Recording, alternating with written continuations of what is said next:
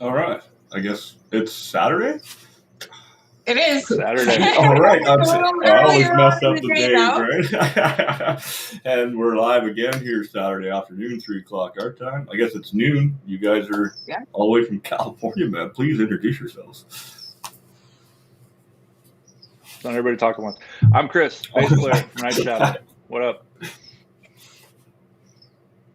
Nick, stop being so stone-faced. I know, right? He's serious over there. I know. He kind of looks. Can you hear us? Can you hear us, Nick? Oh, he dropped. I think his connection dropped. Okay, that explains why he was just giving us a blank stare.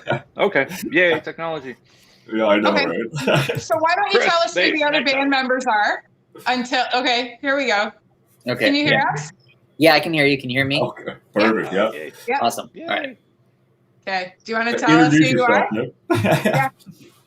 All right. So I'm Nick, and I'm the founder and one of 2 lead guitarists for Nightshadow. Right on. All right. Well, why don't you tell us who the other members are in the band, as well as tell us how you guys got together?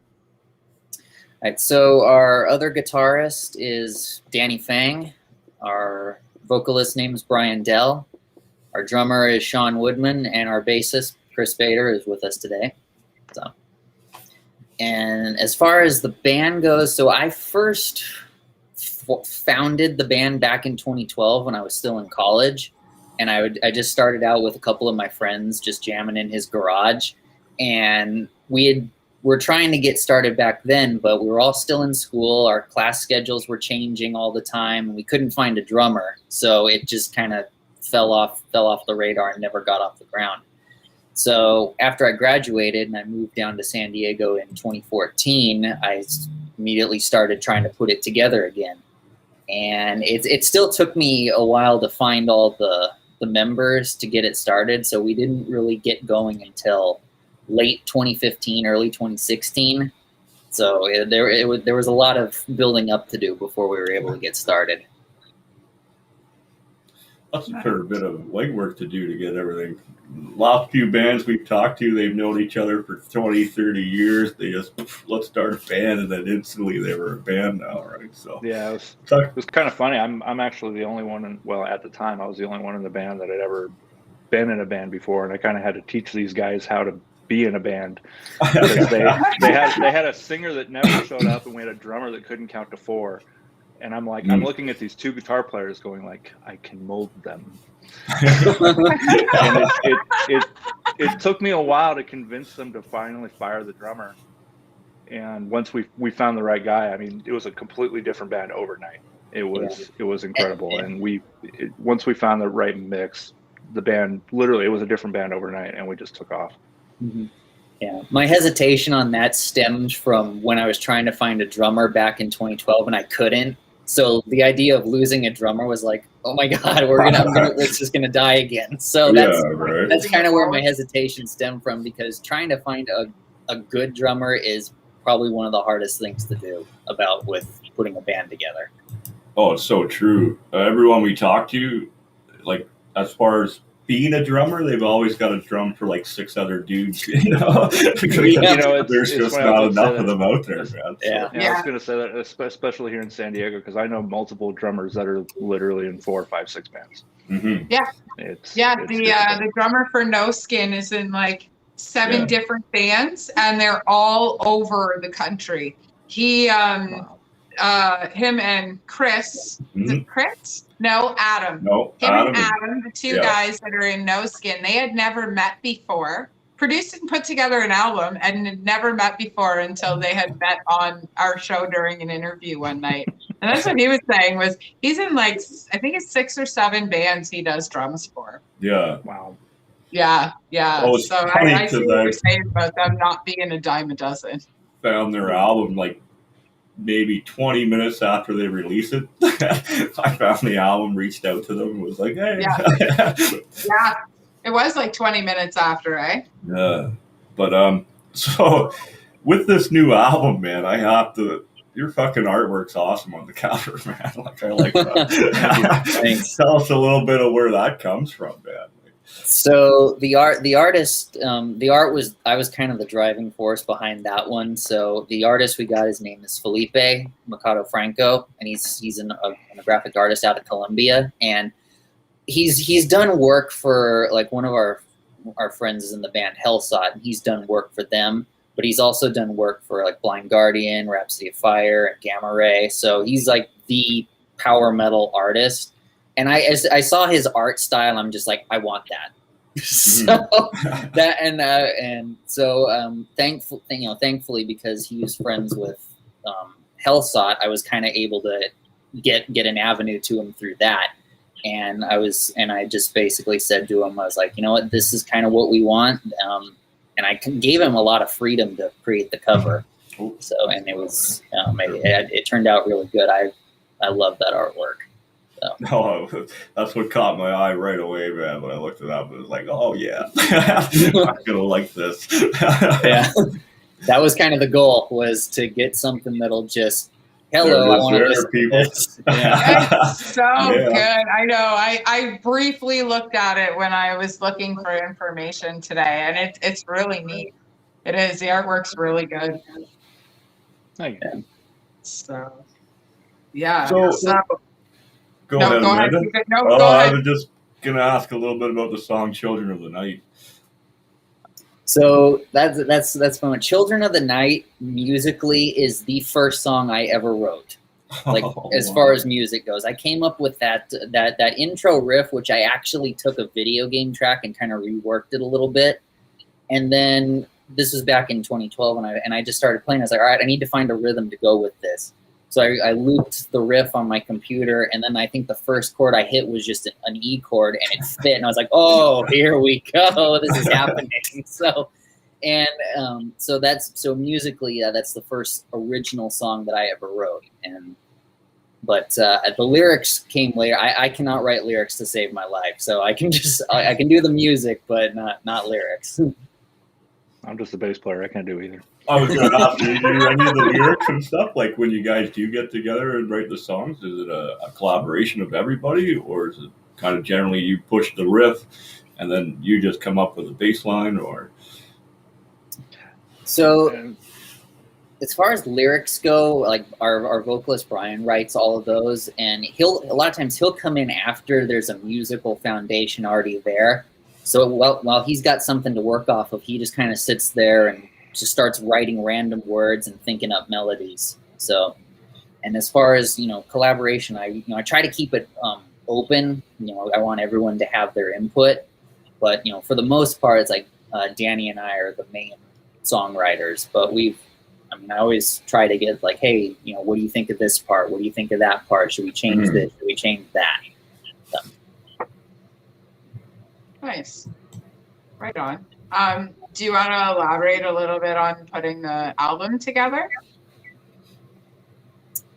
As far as like the whole thing, just sure. It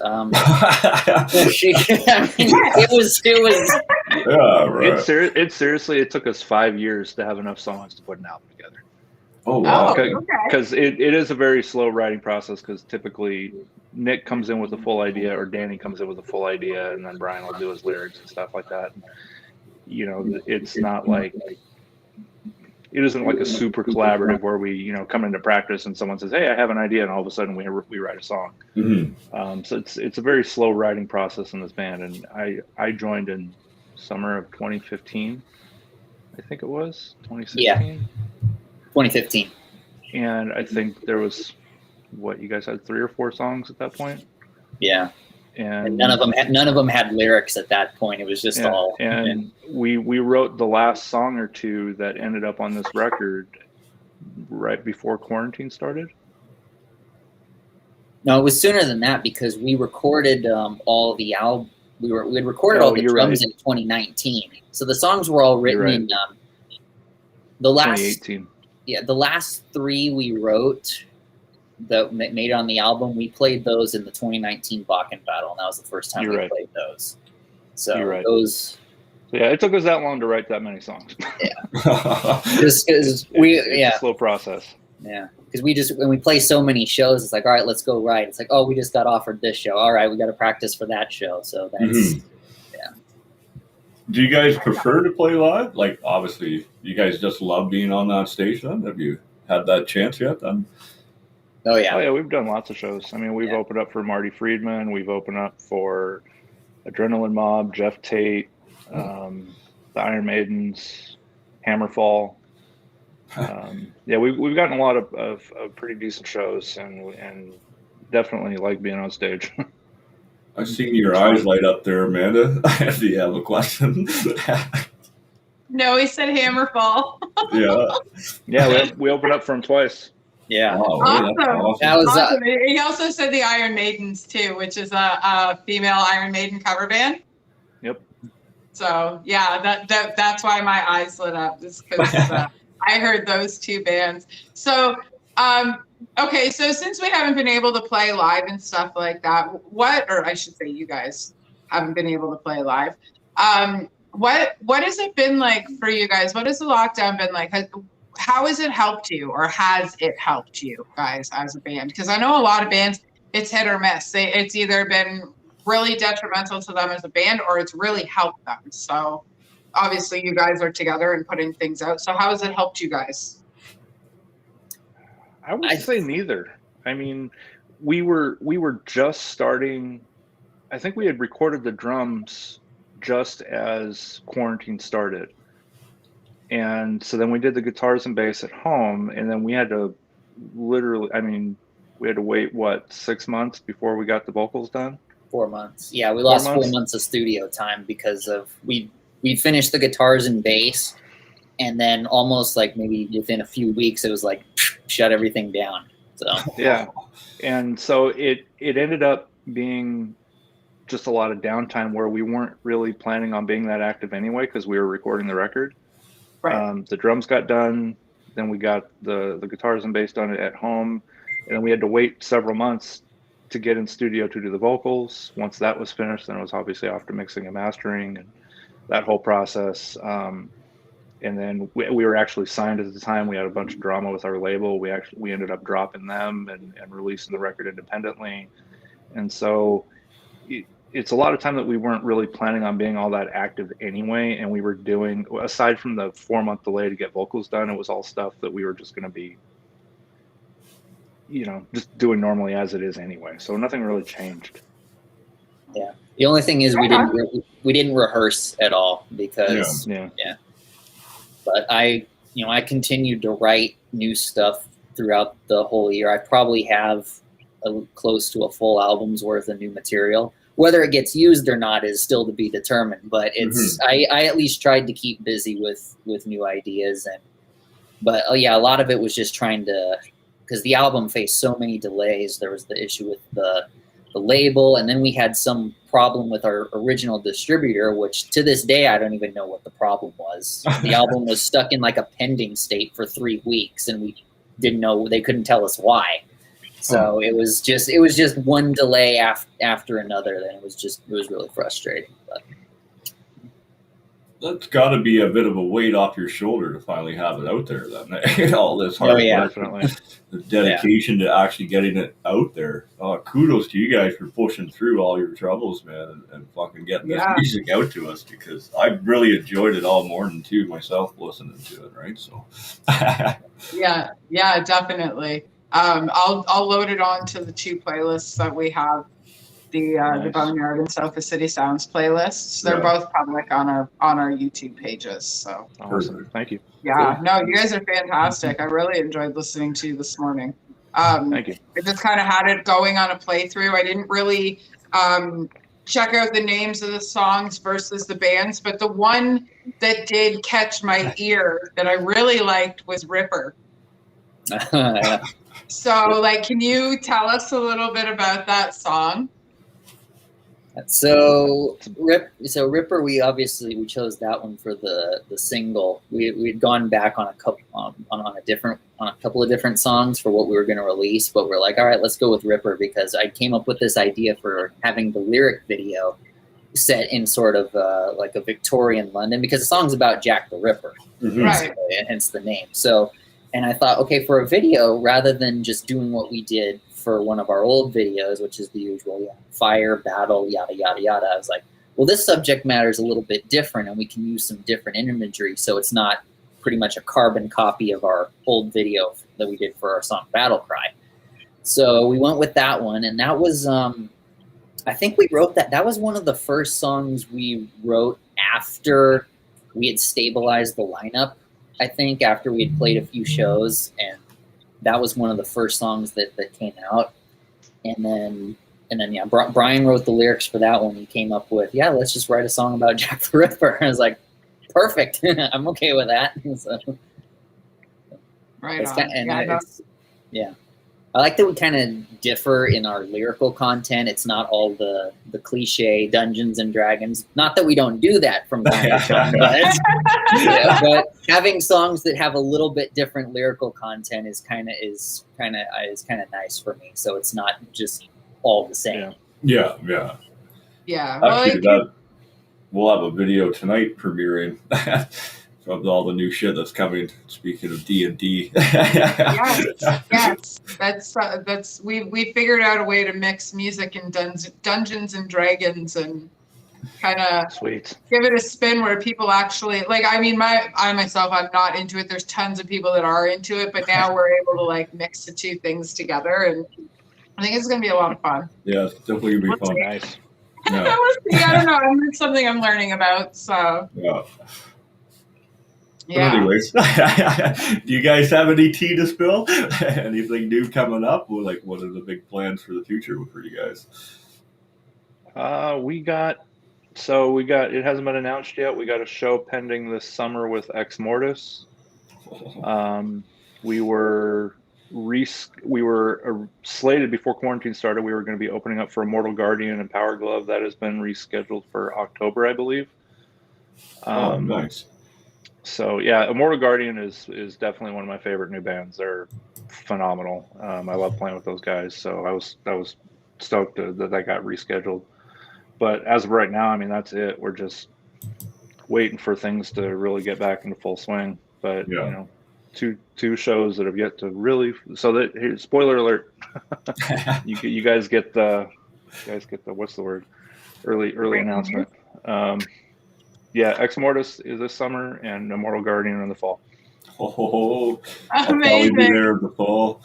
CJ, why can't I teleport and be in like 10 places at once? Yeah, no, I hear you. Not Ontario, so I can see live music again. Yeah. We'll have it soon too, though. We're starting to open up. Everyone's doing their shit. So. I know. We're sitting right on the brink, though, and they've been like, it's gonna happen. It's not gonna happen. It's gonna happen. It's not gonna happen. Like we've had that happen so many times now. I'm just like, whatever. Let me know when things are open. I've had private tickets for 2 years, and I got to be honest, I don't care anymore. Yeah, we did that in California. I care, but like we opened, and then it went back, and then back and forth. Yeah.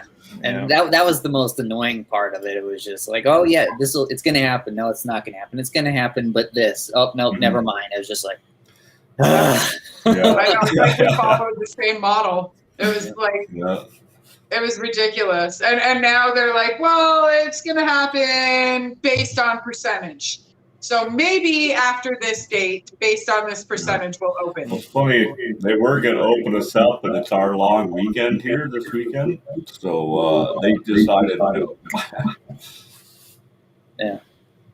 They opened the restaurants on Clifton Hill. I'm in Niagara Falls, Canada. So, like, it's really weird there not being 1 million people by the falls right now. I was able to walk down there today and yesterday and like do this and not touch a human. And it was it's been living here my whole life. This is weird.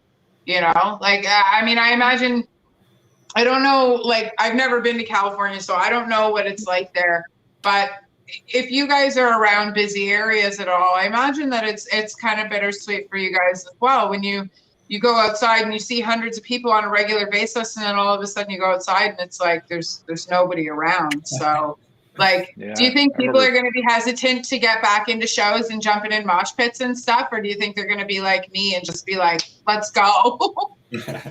Some probably will. Yeah, some probably will, but I think most people are just like, all right, back in. Yeah, there's actually already been a handful of underground shows that have not been like really publicly promoted. Right. That, you know, oh, we've joined this special private group to get the address kind of situation. I mean, so those underground shows have already been going. And I mean, there's going to be a certain percentage that are probably going to stay away, but I think for the most part, people are going to be pretty anxious to get back out. I know I've seen a lot of people post that they've already got their tickets for Psycho Las Vegas, which is going to be this summer, and people are ready. I can fly to Vegas and back and still make it to work. That might be a good time right there. And I got cheap flights too, man. You have to send me the dates and then after the show, man. And yeah. And I think they retained a lot of the same acts that were supposed to play last year. I know Merciful Fate dropped, but I think Emperor is still on. So that was another big one that people wanted to see.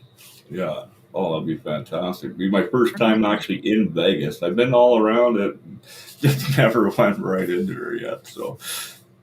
And then I've seen, I don't know about a lot of the European festivals. I think Download Fest got bumped again, but I don't remember for sure. And I haven't really heard too much on the other ones. I think Vakken is still scheduled to go forward this year, but and like I said, they retained their tickets and I think most of their lineup from last year.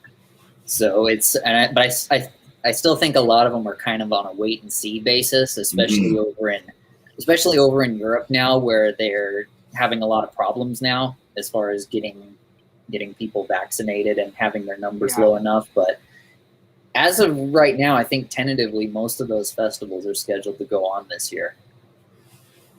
It'd be interesting to see. I know I was supposed to go to Rock and Ram, I believe it was last year. And not all couldn't be done, right? So I think I'm going to sit out this year and I'm going to get a bunch of books finished. Yeah. I'm slacking. I'm not slacking. I just got so much on the go that it's going to be a lot. But I think I'm going to sit this year out and see how things go. And then I think I'm just going to dive right into the pits next year. That's time. I mean, we're already this far into the summer, so. Yes, I know. It's not summer yet, but it's summer. I know. Still spring here, right? Getting close. Like, I'm getting a sunburn at 8 o'clock in the morning. It's summer.